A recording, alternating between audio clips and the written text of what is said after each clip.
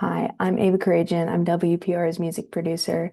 This week, I had the opportunity to interview composer Viet Cuong. We talked about his new work debuting in Milwaukee this Friday, October 31st, as well as his creative process and some other works he looks to for inspiration. Here's the interview. So, I'm gonna just start by saying I really enjoyed doing the research for this interview. I don't know a lot about classical music, but I think your work is very accessible just because of the universal themes it kind of touches on. Um, but you approach these themes in such like a fresh way, with like all these cool instruments, the wine glasses, the comb, and the Mhm. drum. Like, I was like, I didn't even know people could do this. So it was really Yeah, cool doing research for this. Do you want to maybe introduce yourself, tell a little about yourself? sure. Well, thank you for looking into my music, and I'm so glad that you enjoyed checking some of it out. So yes, my name is Viet Cuong. I'm a composer. I work in the classical music sphere. I write for a lot of classical music ensembles, such as orchestra and wind ensemble, and smaller chamber ensembles like string quartets, and also solo music and a little bit of choir music as well. And a big goal of my music is to sort of take things that are familiar or sort of older and find ways to uh, give them sort of modern touches or updates or have us listen to these old things in new ways. And so part of that is sometimes I like to use instruments that are unconventional, or perhaps found instruments. So things like wine glasses turned into sort of bell-like instruments, or I have a snare drum piece that uses a plastic card and a comb instead of drumsticks, and um, so sometimes there's like a sort of touch of whimsy in my music as well. For sure. You have a new work debuting this Friday, October 31st at the Milwaukee Art Museum. What can you tell us about that? Yes, so this is a piece I'm really excited about. It's called Music of the Wild. It's for a sort of a chamber orchestra instrumentation. So it's five string players plus piano and electric guitar, as well as um, some wind instruments. So flute, oboe, clarinet, bassoon, and trumpet. So it's almost like imagine a symphony orchestra, but distilled down to sort of a smaller group. And it's a piece I'm really excited about. It's called Music of the Wild because it's a reference to a piece by Henry Purcell, a English Baroque composer, called Music for the Wild. And uh, I've been a big fan of this composer, Henry Purcell, for a long time. And I kind of wanted to write a piece that sort of like a modern take on his style and of this English Baroque music. Is there any significance to this being on Halloween? Like, is it spooky at all? The piece does have sort of a spooky element to it, I would say. It's well, first it's like set in a minor key, which usually if composers are to write music, that's meant to be spooky or somber, it will be usually in a minor key. So there's that just on a basic level, but then it has this very like patient unfolding of material, sort of has a brooding quality to it. Um, the piece is all written to sound like it's echoing, and so I use electric guitar um, in it, which a common sort of technique or I guess a sound that electric guitarists will use is using a delay pedal. So it's a pedal you plug into electric guitar and then it makes everything echo. And so I am using electric guitar with delay pedal, but then I'm also writing in a way for the piano and the winds and the strings to where it sounds like their own notes are echoing as well, but that's being done acoustically instead of with effects pedals. And I think there's something like about echoey music that has a sort of uh I don't know, mysterious quality to it that I think works well for a Halloween concert as well. For sure. I remember in John and Jim, there's kind of like an echoey part, Yes. and it's evocative of something very different, but I think that's Mhm. interesting that that's like kind of something in your style. Maybe. Yes. Oh, it is. It's kind of become a hallmark of my sound is this echoing sound inspired by delay pedals. My friend calls it the V-echo. Uh, but this is the first time I'm writing for electric guitar, though. So I've written a lot of music inspired by that sound, but now to kind of use it, um, kind of use that alongside these ways that I've devised with acoustic instruments is really quite fascinating. And I want to write much more for electric guitar going forward now that I've sort of explored it in this piece. Do you have like a favorite instrument that you like to write for? Hmm. I mean, I have instruments I would say I have multiple favorite instruments that I enjoy writing for. I really love writing for piano. Um, I really love percussion as well. And I am sort of one of my specialties is writing for wind instruments, because I write a lot for wind ensemble, in addition to orchestra. And so I say my favorite wind instruments are oboe and French horn. Um, like I have a double oboe concerto, but I don't have a French horn concerto. Maybe one day. So a lot of your other works have been pretty personal. I know in John and Jim, it wasn't that was written about the marriage equality Supreme Court case. And although you were not fighting that Mhm. actual Supreme Court case, it was personal to you as a member of the queer community. And then Deciduous was also about your own journey with grief. Um, can you kind of like walk me through your creative process? What kinds of personal experiences speak to you? How do you pick which experiences to write about? And also, does this work reference to any of those kinds of personal experiences? Yeah, like I think just in recent years, like I've felt like ready to be vulnerable in my music in that way, and sort of a lot of my music in the last couple years has been um, sort of almost like I don't know if autobiographical is the right word, but just like very much connected to what I've been kind of experiencing in life. It's funny though, when you like, as you get older in life, I feel like when I turned 30, it was like, um, you start to like collect enough life experiences to where you feel like, ready to kind of tackle these things in your own music and what you create. And I guess like I don't necessarily like pick things. They just kind of like come to me.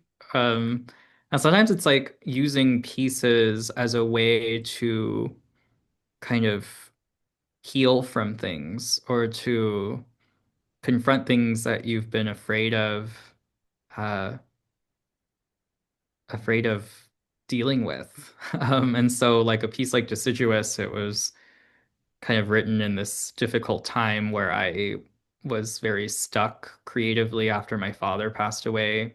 And it happened though, like months after he passed away. Like right after he passed away, I was able to still write, and I wrote a really important piece for myself called Vital Signs that was sort of like honoring him. But then after that, I had realized I hadn't really um, confronted my own grief. Like I'd poured all my energy into honoring him, and I kind of was neglecting my own like processing of it all. And I was really stuck for a long time, for many months, trying to write. And it wasn't until I started to write Deciduous that it was like the music itself was like kind of healing my own grief, and my creativity was like finding its way back. And so some of the pieces have become this sort of like meta, like, um, you know, life imitates art imitates life, sort of thing. And so with this piece, Music of the Wild, it's like kind of more abstractly just trying to capture this current while that we're all in. Um, There's a just lot to echoing capture. Yeah, and like I think something that is very unique to our time that we live in is this idea of the echo chamber. And um, also feeling like sometimes things are just looping over and over again, like continuously, just things come back around and they echo, and then they come back around again. And so I was trying to capture that in this piece. There's this bass line, which is a hallmark of this British composer I mentioned, Purcell. A hallmark of his work is the ground bass, which is a fancy term for just a repeating bass line. And he has these pieces like Music for a While and Here the Deities Approve. A lot of his music uses these ground bass lines and they just repeat. And the music above them maybe changes or has some variation. But through repetition, it like captures this sense of being like kind of moving forward, but also not. And this piece that I wrote is like this bass line that's very inspired by Purcell. I ended up writing my own bass line instead of quoting him. But it modulates, it changes key as it goes, but it always comes back to the same key. So it's like always looping and cycling. Uh, and then there are all these like echoing sounds with the guitar on top of it, and then the piano and winds and strings also echo. And um, kind of builds to climaxes and then fades away to softer moments, but uh, sort of like music of our while, like try to capture this current time we're in. So it's like perhaps not as much of a personal piece to me, but just sort of a snapshot of our of this moment. That's so interesting. I'm so excited to hear, especially with the electric guitar. I'm Mhm. very intrigued. Um, Me too. I've been uh collaborating back and forth with this guitarist, Derek, in the ensemble, and he's been a really fantastic person to work with on this piece. And he was just playing some of it for me uh, over the internet, and it's just like exactly what I was hoping for. So very excited. it must be the best feeling. Oh yeah, it never gets old. So you've talked about Purcell and how he's inspiring this piece. And then in John and Jim, it was Pachelbel, like the marriage song. I also read that you've been inspired by poetry before. A Mary Oliver poem in specific is the one I found. Um, what are some other artists that inspire you and how do they inspire you and how do you pull from their work? Certainly other music outside of classical music inspires me.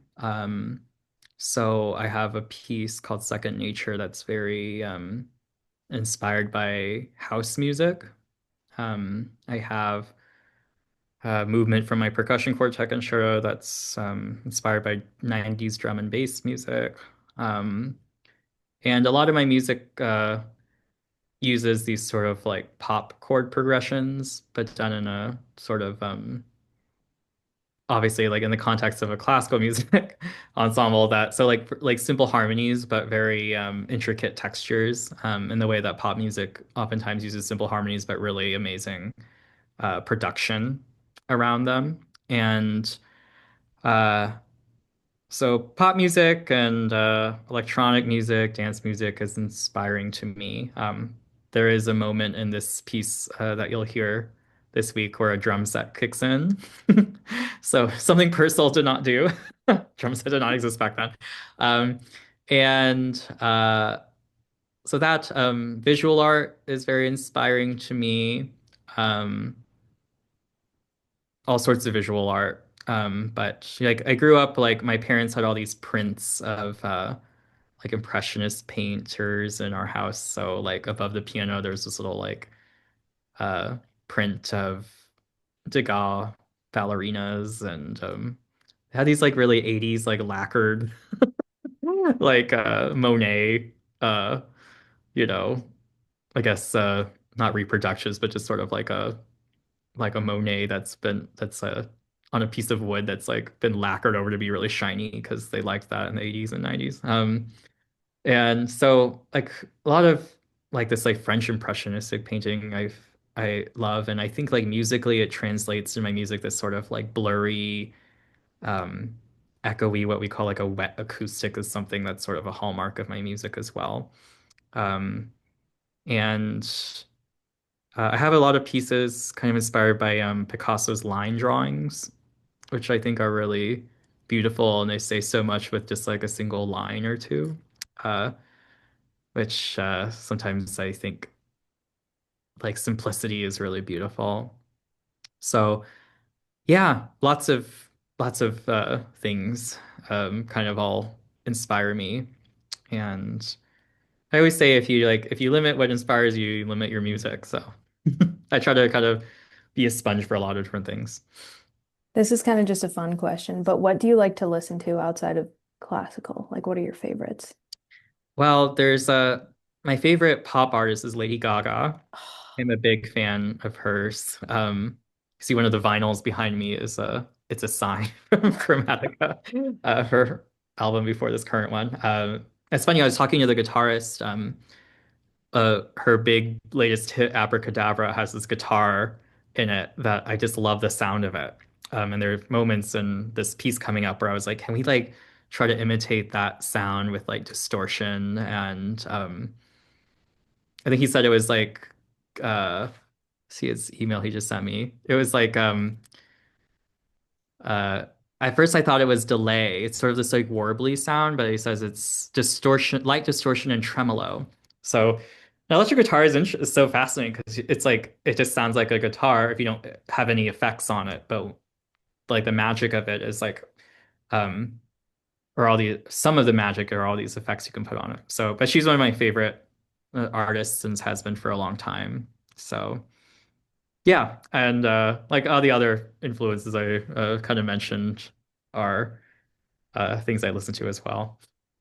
I also love Lady Gaga. I tried to learn the telephone dance about a year ago, and it just like didn't end well for me, but I tried. Yeah, I have never attempted any of that myself. I learned the chords. That's about it. So yeah. That's still impressive. Oh, Someone's got to do that. thanks. Um, so other people have described your work as otherworldly, exhilarating, and stirring.